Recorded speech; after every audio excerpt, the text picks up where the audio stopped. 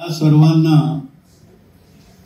परिस्थिती अनुकूल असो प्रतिकूल असो, पण या महत्त्वाच्या गोष्टींना चालना देण्यासाठी म्हणून कित्येक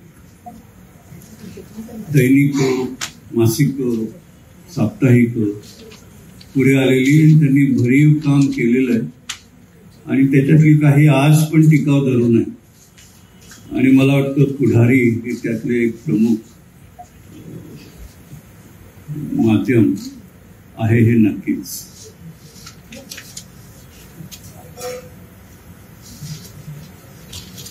मी कोल्हापूरला विशेषतः शिवाजी विद्यापीठात बऱ्याच वेळेला जातो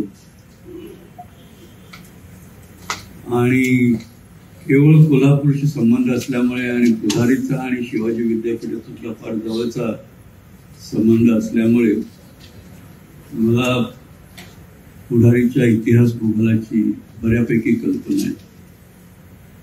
आणि म्हणूनच आपण हा जो कार्यक्रम चालवला आहे तो दिशा, आणि मला की ठाण्यात हा पहिला आहे, पण मुंबईत इतर ठिकाणी, मुंबईत नाही महाराष्ट्रात इतर ठिकाणी, कोल्हापूर, सांगली भागात बऱ्याच वर्षापासून कार्यक्रम चालू आहे. आणि म्हणून सर्वप्रथम मी पुढारीचे मनपूर्वक अभिनंदन करू इच्छितो आणि त्यांनी चालवलेल्या विविध उपक्रमाबद्दल धन्यवाद पण देऊ इच्छितो. आजचा हा कार्यक्रम जो आहे, इथे मला समोर बसलेल्या मंडळीमध्ये प्रामुख्याने दोन प्रकारचे श्रोते दिसतात. एक आपले विद्यार्थी आहेत की ज्यांना करिअर बनवायचंय, करिअरमध्ये पुढे जायचंय, आणि दुसरं त्यांना घडवण्याच्या कामामध्ये गुंतलेले विविध संस्था चालक आणि संस्थेशी संबंधित कार्यकर्ते. अर्थात एड्यू दिशा हा त्या मानाने फारच विस्तृत असा विषय आहे. म्हणजे आपण इथे बसले सर्वजण शिक्षणाशी संबंधित आहेतच आहेत, पण एड्यू दिशा जर म्हटलं तर त्याची व्याप्ती मला वाटते याच्यापेक्षा खूप मोठी आहे. आणि म्हणून मी आपल्यापुढे जे काही मांडणार आहे त्याचे ब्रॉडपणे 3 भाग करू इच्छितो. पहिला भाग म्हणजे शिक्षणाचा विस्तृत संदर्भ, दुसरा भाग म्हणजे आपली जी शिक्षण व्यवस्था आहे आणि याच्यामध्ये प्रामुख्याने शैक्षणिक संस्थांचा फार मोठा सहभाग आहे, पण त्याच्यामध्ये मग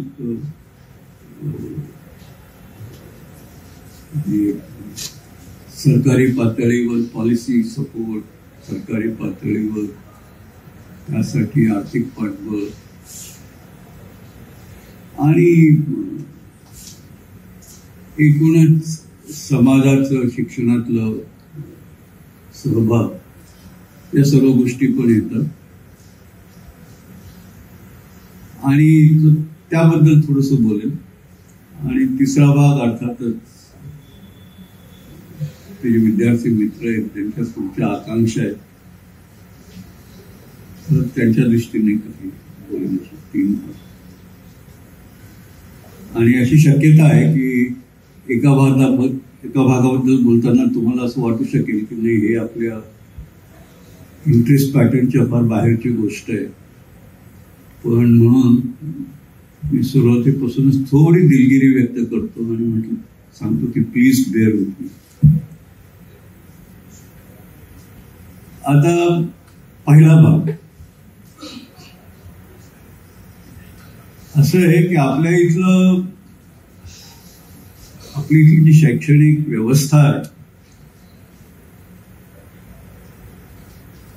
आणि मी आजच्या काळातली शैक्षणिक व्यवस्था, मला फार पूर्वीच्या काळी असं होतं तसं होतं वगैरे,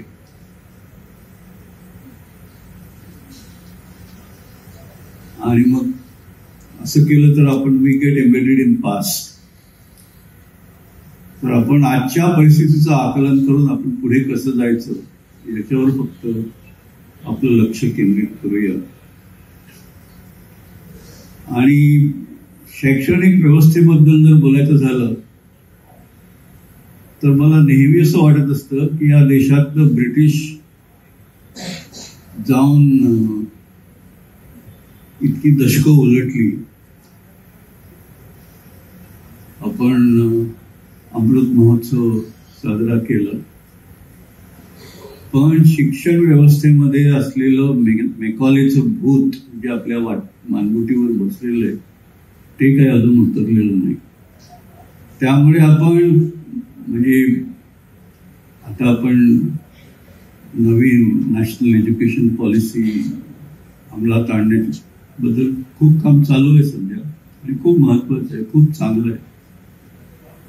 पण याच्या आधी पण अशी कमिशन्स होऊन गेलेली आहेत, अगदी कोठारी कमिशन सुरू झाल्यापासून त्याच्यानंतरही, आणि त्या सगळ्या कमिशनमध्ये खूप मूलभूत विचार केलेला आहे आणि या NEP 2020 मध्ये सुद्धा खूप मूलभूत विचार केलेला आहे. पण मला असं वाटतं की ती पॉलिसी आणि त्याची अंमलबजावणी याच्यामध्ये कुठेतरी हे मेकॉलेचं भूत अडवलं आणि त्यामुळे एक शिक्षण अशी गोष्ट आहे की याच्यामध्ये आपण म्हणतो की नवीन विचार वगैरे, नवीन विचार जे काही विचार आहेत ते सगळे लिहून सगळ्या रिपोर्ट्समध्ये लिहिलेले आहेत. प्रश्न फक्त त्याच्या अंमलबजावणीचा, त्याच्या करेक्ट अंमलबजावणीचा. आता न्यू एज्युकेशन पॉलिसी किंवा नॅशनल एज्युकेशन पॉलिसी अडॉप्ट झालेली, त्याच्या अंमलबजावणीच्या वेळेस त्याची म्हणजे मागे जे काही घडलं त्याची पुनरुक्ती होणार नाही अशी मला एक भाबडी आशा वाटते आणि ती खरी ठरावी ही खरं म्हणजे मी परमेश्वरापाशी नेहमीच प्रार्थना करत असतो. याचा अर्थ मी याच्याबद्दल पेसिमिस्ट आहे वगैरे असं काही नाही, मी डाय हार्ड ऑप्टिमिस्ट. पण डाय हार्ड ऑप्टिमिस्ट असलं तरी आपले पाय जमिनीवर घट्ट रोवलेले असले तरी आणि आपल्या उणीवा ज्या आहेत त्याची आपल्याला जाणीव असली पाहिजे, कारण त्याच्याच आधारे आपण पुढे जाऊ शकतो.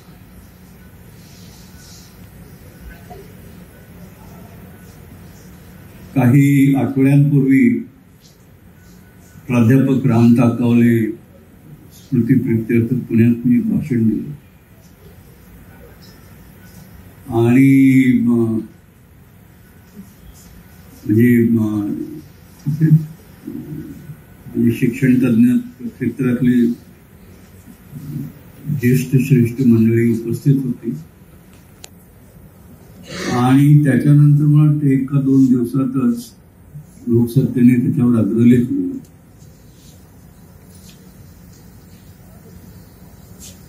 आणि मी ज्या गोष्टी इतक्या स्पष्टपणे व्यक्त करू शकलो नाही त्याच्यापेक्षा अधिक स्पष्टपणे त्या अग्रलेखाचं शीर्षकच होतं आणि त्या शीर्षक होतं सपाटाचे साम्राज्य. आपण एक्सलन्सच्या गोष्टी करतो पण मीडियोक्रसीकडे जास्त जातो आणि या परिस्थितीचं करेक्ट डिस्क्रिप्शन त्या अग्रलेखाचं शीर्षक. सांगायचा मुद्दा असा की आपल्याकडे शिक्षणाचे प्रश्न खूप आहेत, खूप म्हणजे असं की आपण म्हणतो की भारतामध्ये we are blessed with demographic division, आणि खरी गोष्ट. आपण म्हणतो आपली आर्थिक प्रगती होते. माझी अशी ठाम भावना आहे की आपली आर्थिक प्रगती होते कारण आपल्याकडे ही तरुण मंडळी, आणि आपण शिक्षणाच्या माध्यमातून त्यांची जशी तयारी करतो आणि त्याप्रमाणे ते कॉन्ट्रीब्यूट करतात.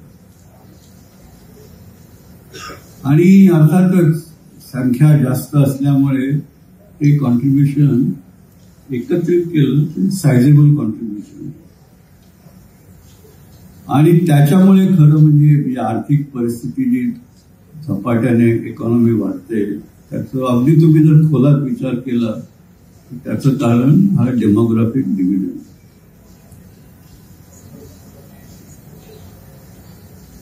आता इथे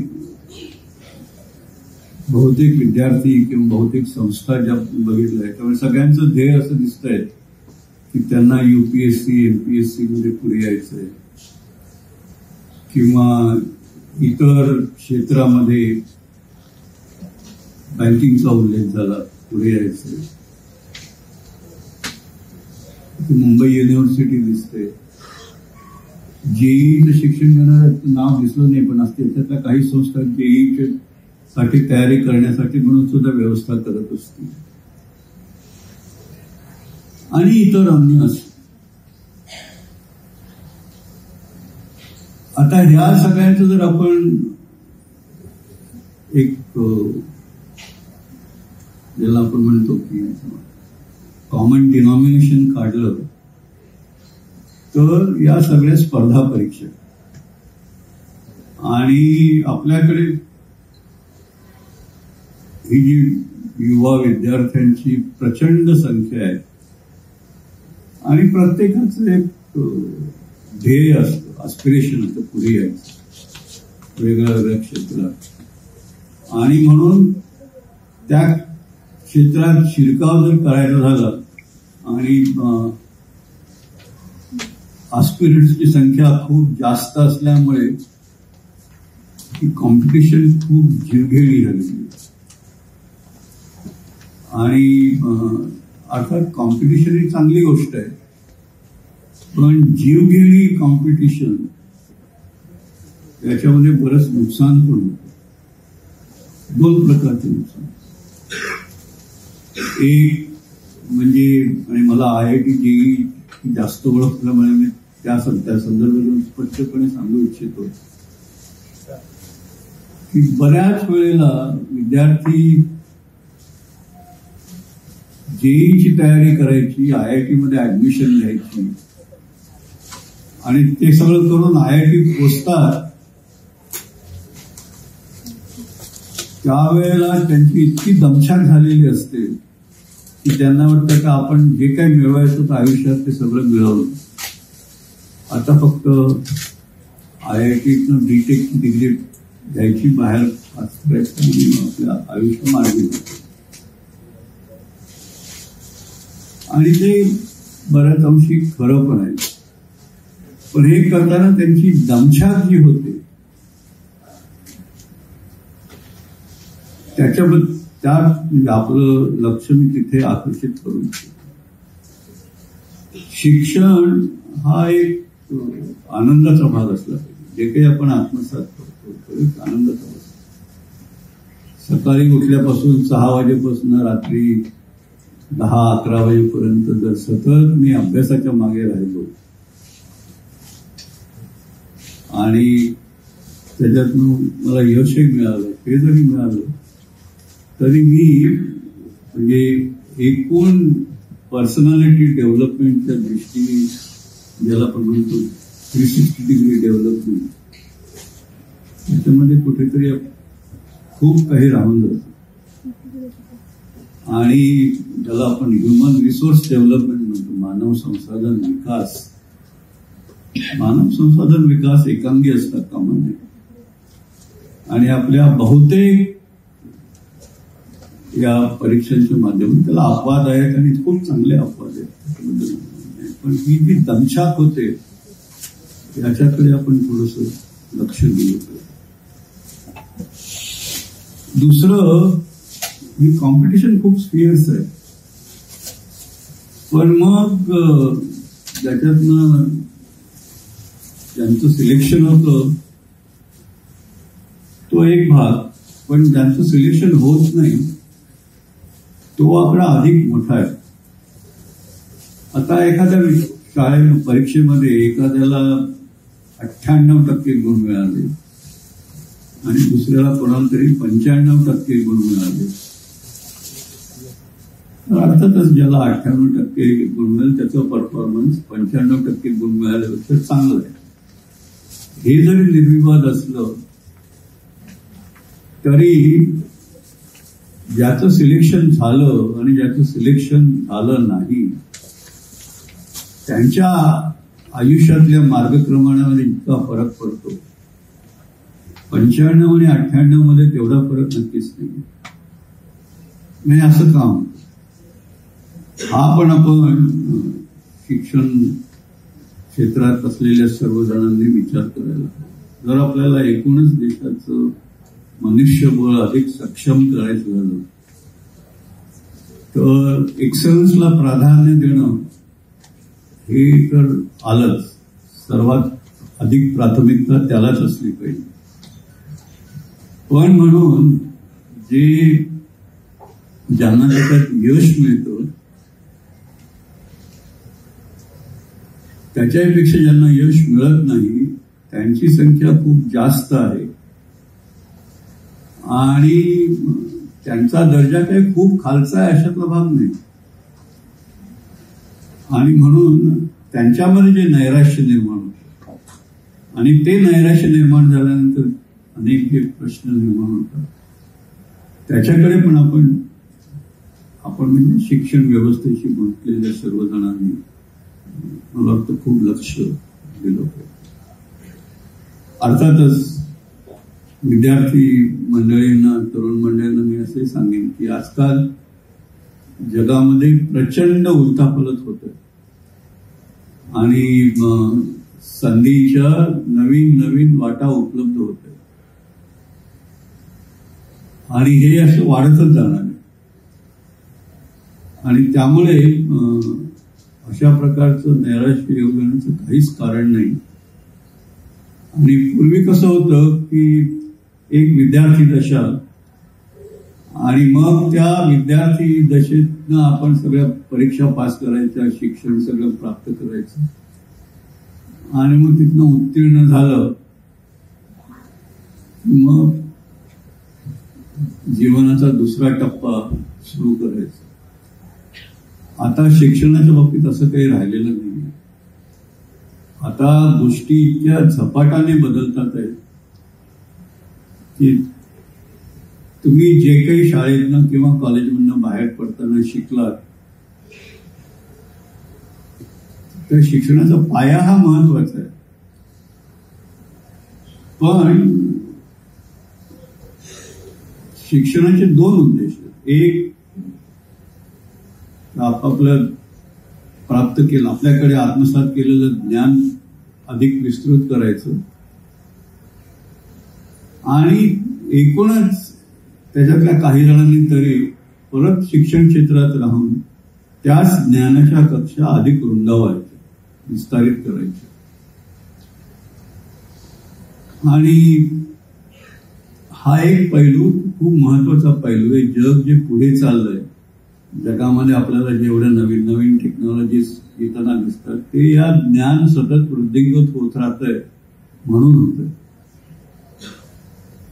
पण दुसरा पैलू अर्थातच त्या ज्ञानार्जनाच्या आधारे आपण आपापलं म्हणजे जीवनात करिअर जे निर्माण करतो, ज्याला म्हणतो, थोडंसं अर्थार्जन करतो, कुठल्या तरी क्षेत्रात आपलं योगदान देतो. तर हे जे कॉन्ट्रीब्युशन आहे आणि ते अर्थातच आपण शाळा कॉलेजातून प्राप्त केलेल्या ज्ञानाच्या आधारे ते कॉन्ट्रीब्युशन करू शकतो. पण तिथे आज परिस्थिती इतकी झपाट्याने बदलते की तुम्ही जर ठरवलं की आपण शाळा कॉलेजमध्ये मिळालेली शिदोरी त्याच्या आधारे संबंध जीवनभर हे काम करू शकू, तर ते अशक्य नाही. पूर्वीच्या काळी 25-30 वर्षांनी टेक्नॉलॉजी ऑब्सोल्यूट होत असते. आजकाल 5-10 वर्षात टेक्नॉलॉजी ऑब्सोल्यूट होते आणि काही वर्षांनी दरवर्षी टेक्नॉलॉजी ऑब्सोल्यूट होईल अशी शक्यता आहे. आणि मग हा प्रश्न येतो की आता आर्टिफिशियल इंटेलिजन्स आलंय तर बऱ्याचशा नोकऱ्या जातील. मग या तरुण मंडळींनी करायचं. आणि म्हणून शिक्षण व्यवस्थेमध्ये लाईफ लॉंग लर्निंग जे आहे त्याला खूप मोठं महत्व आहे. सुरुवातीला आपली तयारी आपण करतो विद्यार्थ्यांची, ते एका लॉन्चपॅडच्या पद्धतीने की ते जगातल्या भवसागरामध्ये अधिक चांगल्या पद्धतीने पुढे येऊ शकतील. पण जर ते ज्ञानार्जन तिथे थांबलं तर मग फारच थोड्या काळात जॉब लॉस, परत नवीन नोकऱ्या कुठे मिळणार, त्यासाठी आपली तयारी आहे का, हे प्रश्न निर्माण आजही झालेले आहेत बरेच. आणि म्हणून आपल्या शिक्षण पद्धतीमध्ये अशी व्यवस्था असली पाहिजे की ज्या योगे शिक्षण हे प्रत्येकाला ज्या ज्या स्तरापर्यंत एखाद्याला शिकायचंय त्या स्तरापर्यंतच सगळ्यात चांगल्या प्रकारचं शिक्षण सगळ्या विद्यार्थ्यांना मिळण्याची सोय असली पाहिजे. आणि ते शिक्षण हे सर्वांगीण असलं पाहिजे, एकमार्गी असता कामा नये. मग त्याच्यामध्ये म्हणजे प्रत्येक शैक्षणिक संस्थांमध्ये there is a curricular part, there is a co curricular part, there is an extra curricular part. या सगळ्या गोष्टी महत्वाच्या आहेत आणि ते मला वाटतं आपल्या सगळ्या शिक्षण कार्यक्रमामध्ये असणं हे अत्यंत आवश्यक आहे. आणि त्याचबरोबर शिक्षण हे ज्याला आपण म्हणतो सिच्युएटेड असलं, काहीतरी इमॅजिनरी गोष्टीवर किंवा ज्याचा प्रत्यक्ष जगाशी काही संबंध नाही अशा गोष्टीची उदाहरणं घेऊन जर आपण शिकलो तर त्याला आपल्याला प्रॅक्टिकल क्षेत्रात उपयोग करणं खूप कठीण जातं. आणि म्हणून शिक्षण हे नेहमी सिच्युएटेड असलं पाहिजे. आणि म्हणूनच डॉक्टर कलाम नेहमी म्हणायचे की शाळा कॉलेजात मधनं विद्यार्थी बाहेर पडतात तेव्हा त्यांना 2 प्रकारचे सर्टिफिकेट्स मिळायला लागले. एक, ज्यांनी एक शैक्षणिक कार्यक्रमानुसार ठरलेला अभ्यासक्रम पूर्ण केला आणि त्याच्या परीक्षांमधनं विद्यार्थी पूर्ण उत्तीर्ण झाला, त्याचे मार्क हे असेल आणि त्याचं सर्टिफिकेट म्हणजे आपण म्हणतो शाळा कॉलेज डिग्री वगैरे. आणि दुसरं, त्या शिक्षणाशी संबंधित किंवा त्या शिक्षणाच्या अनुरूप ज्या स्किल्स लागतात त्या स्किल्स अंगीकारण्याची सोय पण त्याच कालावधीत झाली पाहिजे आणि त्या संबंधीचं सगळं वेगळं सर्टिफिकेट विद्यार्थ्यांना मिळालं. आता आपल्या इथे काय झालंय की आपण स्किल हा भाग एक वेगळा केलाय आणि शैक्षणिक संस्थांतून शिकणं हा भाग वेगळा केला. ही याच्यामध्ये ही दरी जी निर्माण झाली आहे ती दरी असता कामा नये. मी बऱ्याच वेळेला असं म्हणतो, अगदीच म्हणजे साधं उदाहरण द्यायचं झालं, समजा मी इतिहासाचा विद्यार्थी आहे आणि माझ्या परिस्थितीनुरूप मी ठरवलं की मी मॅट्रिक किंवा SSC पर्यंत शिकणार, हायर सेकंडरी पर्यंत शिकणार, किंवा मी ठरवलं की नाही मी ग्रॅज्युएशन करणार, किंवा मी ठरवलं की मी पोस्ट ग्रॅज्युएशन करणार, किंवा मी ठरवलं मी PhD करणार. इतिहासामध्ये किंवा कुठल्याही विषयामध्ये हे सगळे स्तर शक्य आहेत. आणि त्या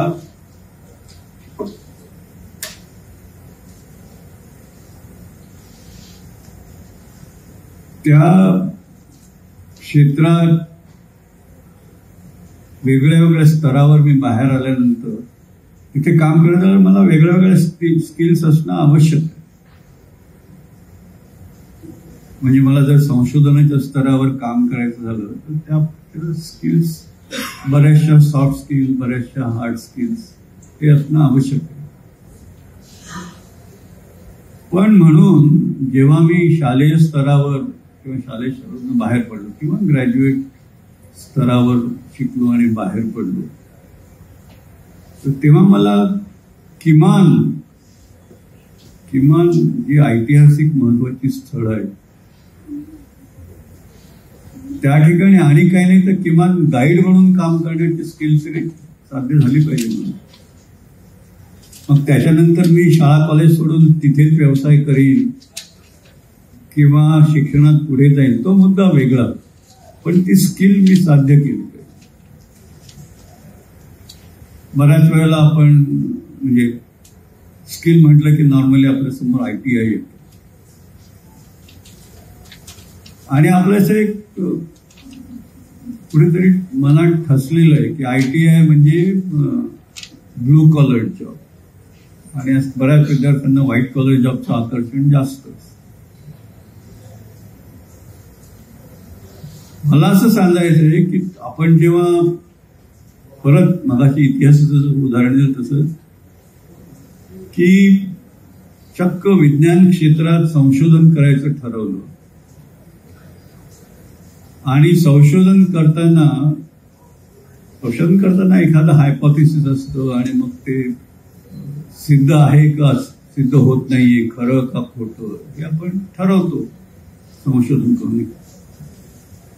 मग त्याच्यासाठी काही गोष्टी अनालिटिकल कामाने करता येतात, काही गोष्टींना एक्सपेरिमेंटल करणं आवश्यक असतं आणि या दोन्हींचं संशोधनात खूप महत्व आहे. पण एक्सपेरिमेंटल गोष्टी करताना एक्सपेरिमेंट करायचं म्हणजे बाजारातनं कुठलं तरी एखादं उपकरण आणायचं आणि त्याच्यात सॅम्पल घालून त्याच्यात रिडिंग घ्यायची आणि त्याचं अनालिसिस करणं, एवढ्या एक्सपेरिमेंटच्या मर्यादित करता चालणार नाही. एखादी गोष्ट जी आपल्याला पडताळून पाहायची आहे आणि मग ती पडताळण्यासाठी म्हणून ते प्रयोग करायचे, त्या सगळ्याच गोष्टीसाठी बाजारात किती इन्स्ट्रुमेंट्स मिळत नाही आणि म्हणून ती उपकरणं स्वतः तयार करणं हे अत्यंत महत्वाचं. आणि तुम्ही जेवढे मोठे सायंटिस्ट होऊन गेले, विशेषतः एक्सपेरिमेंटल संशोधन त्या क्षेत्रातले, त्यांना ते मोठे झाले कारण त्यांनी ती उपकरणं स्वतः तयार केली. आपल्या देशातलं जरी उदाहरण दिलं CV रामन इफेक्ट शोधून काढला, त्यासाठी लागणारी उपकरणं ती त्यांनी स्वतः तयार केली. आता आपल्या इथे काय परिस्थिती आहे की रामन इफेक्ट त्यांना नोबेल प्राइज मिळाला, आपल्याला खूप बरं वाटतं, निघायचं तर आपल्याला खूप बरं वाटतं. पण रामन स्पेक्ट्रोमीटर जो त्या संशोधनाचा मूळ आधार होता, ते जर तुम्ही बाजारात विकत घ्यायला गेला तर 90% चान्स ते उपकरण इम्पोर्टेड असतं. आणि भारतामध्ये संशोधन झाले पण त्याच्यावर आधारलेली उपकरणं ती भारतामध्ये तयार होते परदेशात आहेत. मग इतर प्रचंड संशोधन जे भारताच्या बाहेर झाले त्यांची काय परिस्थिती आहे. आणि म्हणून हे स्किल्स इम्पॉर्टंट. आपल्या इथे जर आपण शाळा कॉलेजात स्किल्स शिकवले नाही तर मग विद्यार्थी, आता एखादा कोणी कॉलेजमध्ये प्राध्यापक आहे, सरकारी नियम आहे, प्रमोशन पाहिजे तर इतके पेपर पब्लिश झाले पाहिजे, PhD करणं आवश्यक आहे आणि सगळ्यांचा ओढा त्या PhD करण्याकडे. त्याचा उद्देश काय आहे की मला ती डिग्री मिळाली पाहिजे. आणि ती डिग्री मिळवायची म्हणजे मग then I do research which can be done. बाजारात मगाशी म्हटलं तर कुठलं तरी उपकरण आणायचं, काहीतरी डेटा गोळा करायचा,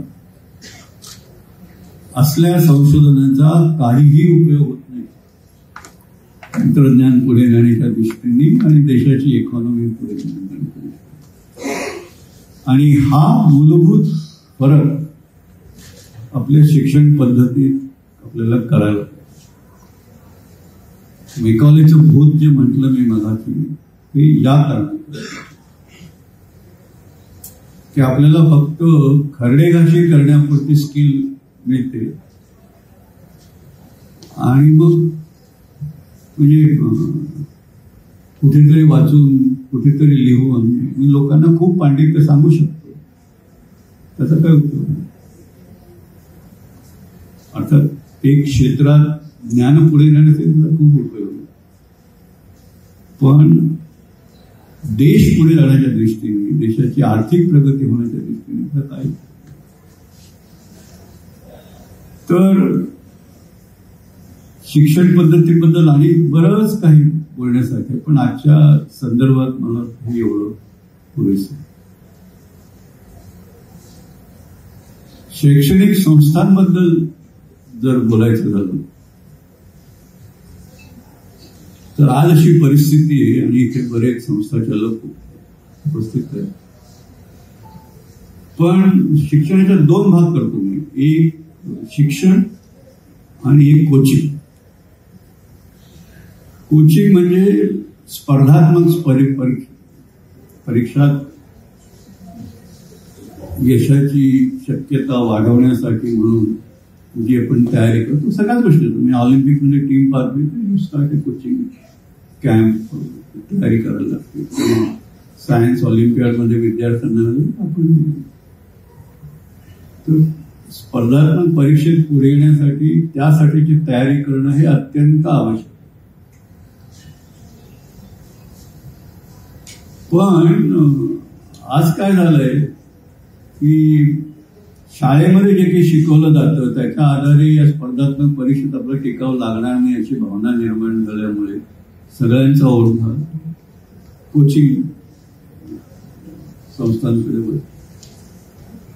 आणि परत अधोरेखित करतो, कोचिंग ही अत्यंत आवश्यक गोष्ट आहे.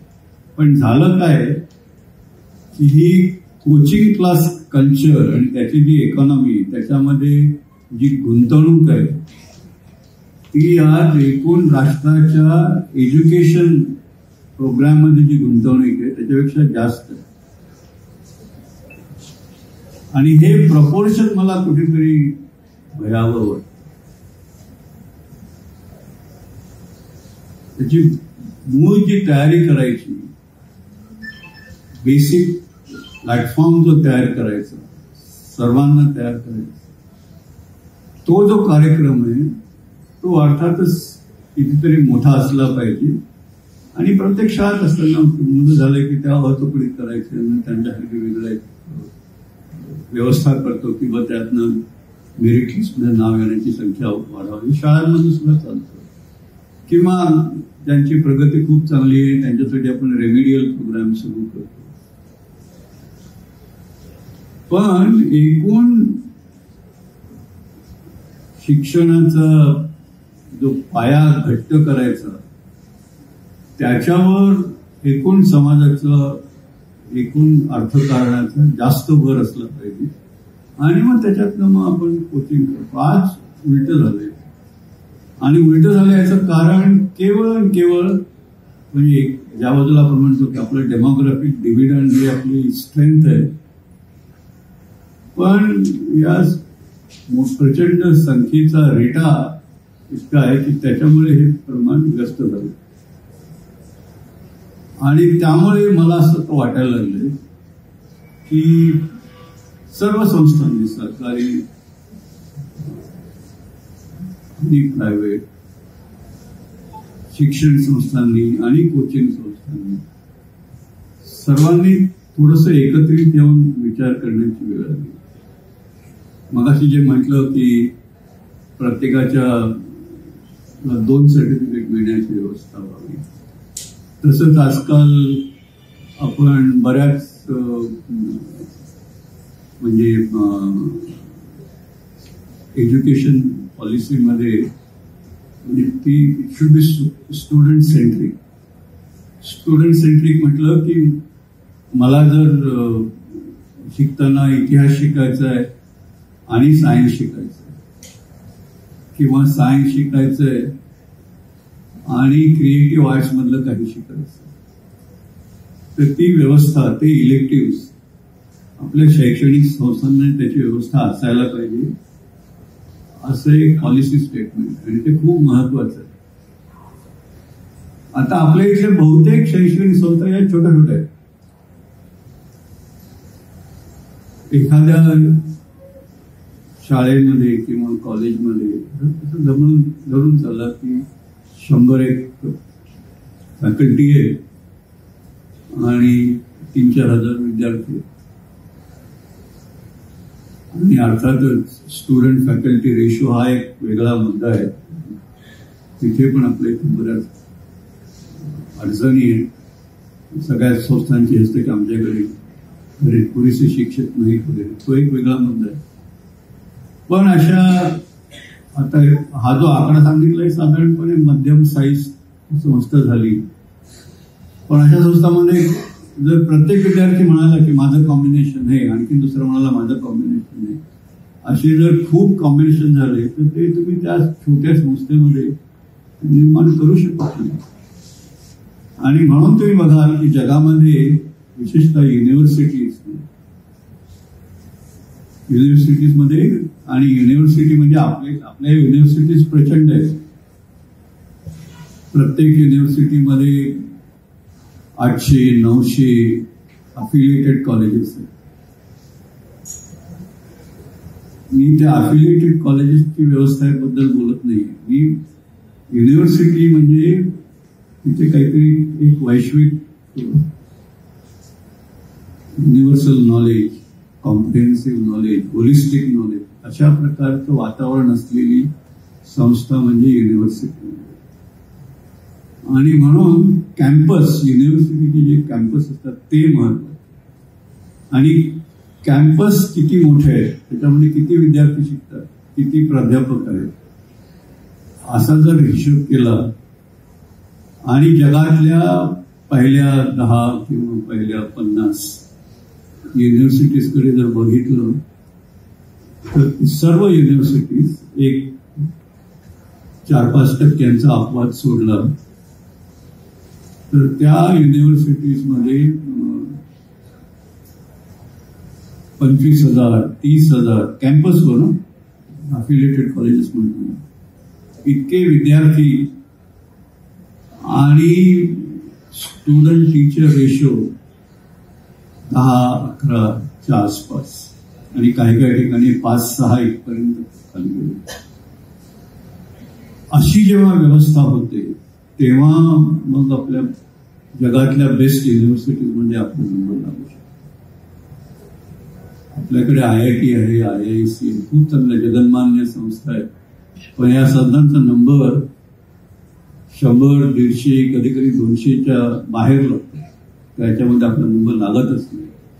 त्याचं कारण हे आहे आणि ते आता बदलणं आपल्याला खूप कठीण आहे. पण आपल्या जे छोट्या छोट्या संस्था आहेत, परत सरकारी, प्रायव्हेट, शैक्षणिक, कोचिंग, या सगळ्या संस्थांमध्ये जर आपण असं एक कॉन्फेडरेशन निर्माण केलं,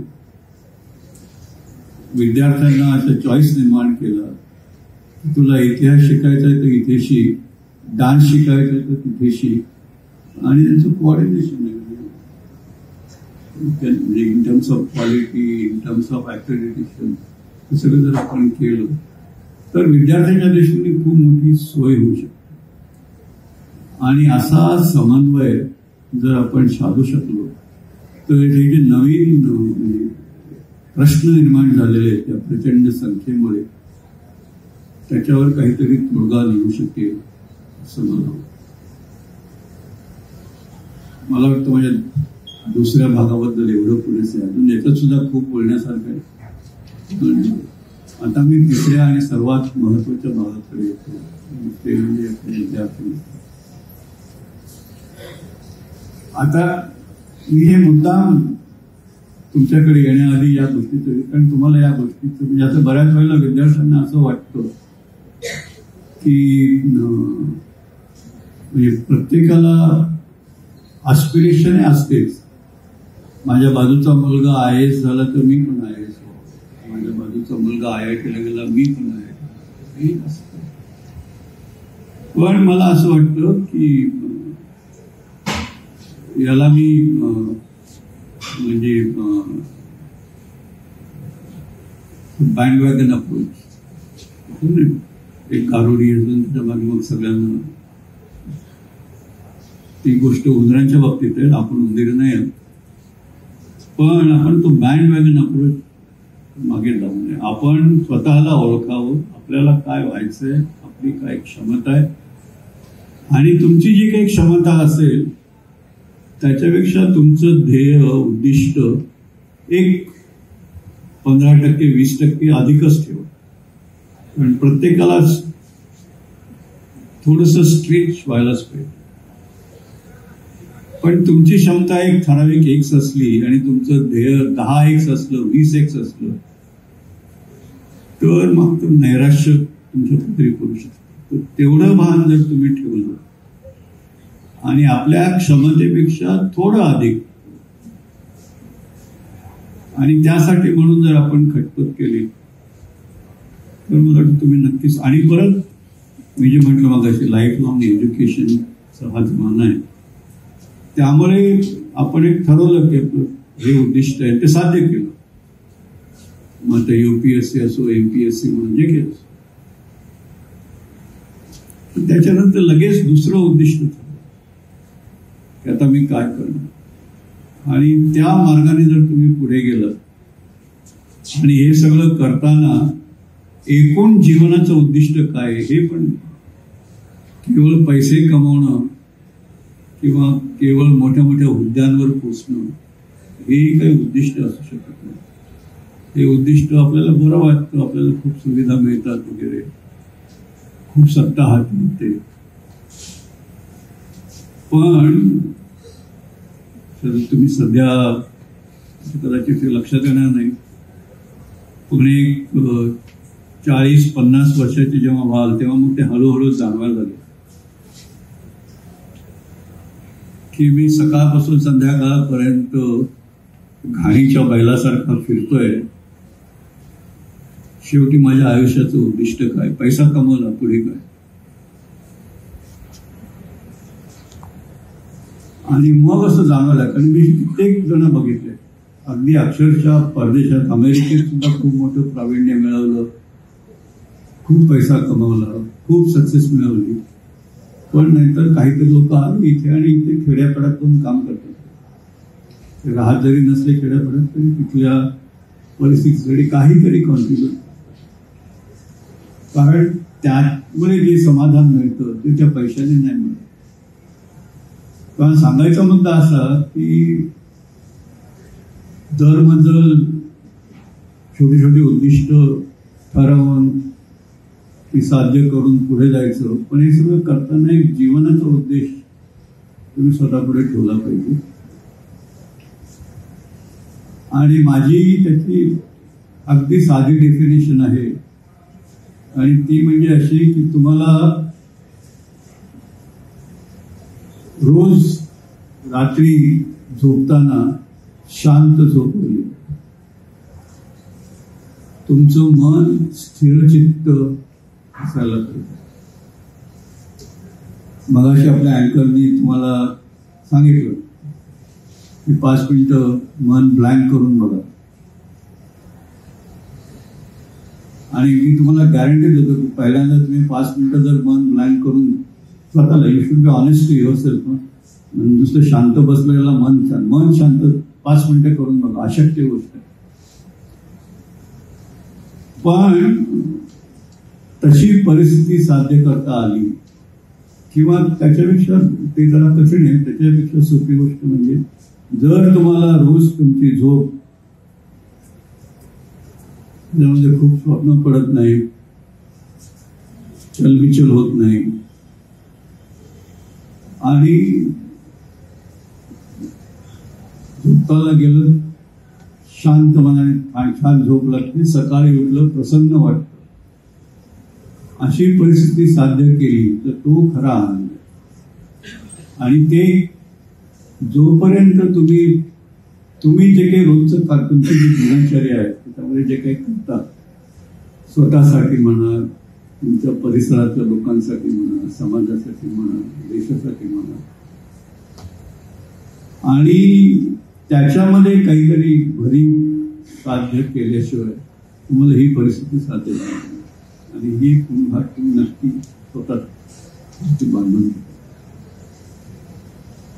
तर हे मला वाटतं आपण जेव्हा शिक्षण साध्य करतो हे अत्यंत महत्वाचं. मी एक छोटंसं उदाहरण तुमच्या पुढे मांडून माझं लांबलंच भाषण संपवणार आहे. ते म्हणजे असं की मी बऱ्याच संस्थांशी जोडलेलो आहे. त्याच्यामध्ये MKC ही एक संस्था आहे. मी MKCची जाहिरात करायला इथे आलेलं नाही, पण शिक्षण कुठल्या पद्धतीने आपल्याला पुढे न्यायचं आहे त्याच्याबद्दल म्हणून ते उदाहरण देतो. तर त्याच्यामध्ये एक कार्यक्रम अनंत MSCIT वगैरे तुम्ही सगळ्यांनी ऐकलं असेल, पण मी त्याच्याबद्दल बोलत नाही. एक फिनिशिंग स्कूल ची संकल्पना तिथे राबवतो. आणि त्या फिनिशिंग स्कूलमध्ये असं आहे की SSC HSC झालेले विद्यार्थी, त्यांना त्यांच्याच परिसरातील जे उद्योग आहेत, कंपन्या आहेत, तिथे त्यांना अप्रेंटिसशिप म्हणून नोकरीची व्यवस्था करायची. आणि ते काम करत असतानाच आपल्या इथे नाशिकला यशवंतराव चव्हाण मुक्त विद्यापीठ आहे, ओपन युनिव्हर्सिटी. तर त्या युनिव्हर्सिटीच्या माध्यमातून तुम्ही BBAची तयारी करायची. आणि ज्या कंपनी किंवा इंडस्ट्रीमध्ये तुम्ही ही इंटर्नशिप करताय त्या कंपनीतला एखादा मेंटर बघतो की तुम्हाला ते कंटेंट बरोबर मिळालं की नाही, तुम्ही वाचलं की नाही, तुमच्या काय डिफिकल्टीज आहेत आणि काय गायडन्स, मेंटरिंग. आणि मग त्या विद्यार्थ्यांनी रोजचं काम करायचं, पण ते कंटेंट पण त्याच्या अनुषंगाने परीक्षा द्यायच्या वगैरे, सर्टिफिकेट, ते सगळं रेग्युलर युनिव्हर्सिटी प्रमाणे. 3 वर्षांनी जर या विद्यार्थ्यांनी चांगले उत्तीर्ण झाले तर त्यांना BBAची डिग्री मिळते. आणि अनुभव असा आहे की जवळपास 90-95% किंवा 100% विद्यार्थी त्यांना तिथे नोकरी मिळते. म्हणजे आधी अप्रेंटिस होते, आता त्यांना रेग्युलर BBAच्या लेवलची नोकरी हमखास मिळते. कारण त्यांचं ते learning is a situated learning. एका बाजूला स्किलिंगची व्यवस्था होते, कारण एका बाजूला ते ज्ञान साध्य करते आणि त्याच्यामध्ये कुठेतरी समन्वय. तर हे आणि हे आज काही वर्ष चालू आहे, त्यामुळे it's a time tested approach. सांगायचा मुद्दा असा, अशा प्रकारे जर आपण पुढे गेलो, BBA म्हणतो, इतरही अनेक गोष्टी आपल्याला आजकाल डिजिटल माध्यमाने काय शक्य नाही. पण केवळ डिजिटल माध्यमात आणि कोरोनाच्या काळात ऑनलाईन शिक्षणाची जी व्यवस्था आहे त्याला काय बोजवारा उडाला तो आजचा विषय नाही आहे. पण डिजिटल म्हणजे डिजिटल म्हणून काहीतरी कार्यक्रम राबवायचे, मोठ्या मोठ्या बातम्या करायच्या. आणि विद्यार्थ्यांचं आता अनालिसिस असं आहे की त्या शाळेतल्या विद्यार्थ्यांचं म्हणजे अटेन्शन स्पॅन जो आहे तो कमी झाला आहे. शिक्षक जे आहे ते सांगू शकतो. शिक्षक आता क्लासमध्ये शिकवतात, 10-15 मिनिटांपेक्षा जास्त त्या विद्यार्थ्यांच्या शिक्षकांकडे लक्षच नसतं. आणि हे फार गंभीर प्रश्न आहे आणि याच्याकडे आपण आणि याला सोल्युशन काढायचे ते मूलभूत सोल्युशन काढणं हे अत्यंत महत्त्वाचं. आणि म्हणून म्हणजे विद्यार्थी मित्रांना माझे आवर्जून सांगणे की असे की अशा संधी आजकाल उपलब्ध आहेत. पण अगदी काही नाही तरी समजा ITI ला जरी जायला लागलं तुम्हाला तरी केवळ ITI म्हणून तेवढं तिथे मर्यादित राहू नका. त्याच्याच बरोबर काहीतरी आणखी शिका, क्वालिफिकेशन पुढे आणा आणि यू कॅन राहील. अशी कितीतरी उदाहरणं आहेत. पण मगाशी मी म्हटलं त्याप्रमाणे लाईफ लॉंग लर्निंग हे मात्र खूप महत्त्वाचं. आणि त्याच्याही पुढचं तुमच्या करिअरमध्ये जिथे तुम्ही काम करत असाल, मग अगदी IAS झाल्यानंतर IASच्या स्तरावर काम करत असाल किंवा कुठे कंपनीच्या स्तरावर काम करत असाल, पण तिथे तुमची इन्व्हॉल्वमेंट 100% असते. केवळ तुम्ही मला हे काम सांगितलं, मी हे काम सांगितलं, आता पुढे काय, अशी जर वृत्ती बाळगली तर मात्र कठीण. पण जर म्हणजे असेसमेंटमध्ये म्हणजे एक्सप्लिसिटली मेन्शन केलेला किंवा न मेन्शन केलेला असेल की तुमचं performance you meet the expectation, you are below the expectation or much more than expectation. आणि you should strive to be much more than expected. आणि ते करताना तुमच्या स्वतःच्या इनिशिएटिव्हने काहीतरी तुमचं कॉन्ट्रीब्युशन असलं पाहिजे. आणि ते अर्थातच तेवढी तुमची केपेबिलिटी निर्माण केली पाहिजे, त्यासाठी लागणारं ज्ञान अर्जित केलं पाहिजे, त्याच्यावर लागणाऱ्या स्किल्स साध्य केल्या पाहिजे. पण if you give 100% like that at the work place, केवळ माझा बॉस अमक्याला फेवर करतो, अमक्याला फेवर करत नाही, या एका असं डोक्याची चक्र सुरू झाली ना की तुमची झोप पण होते, मग तुम्हाला सुख कधीच लागणार.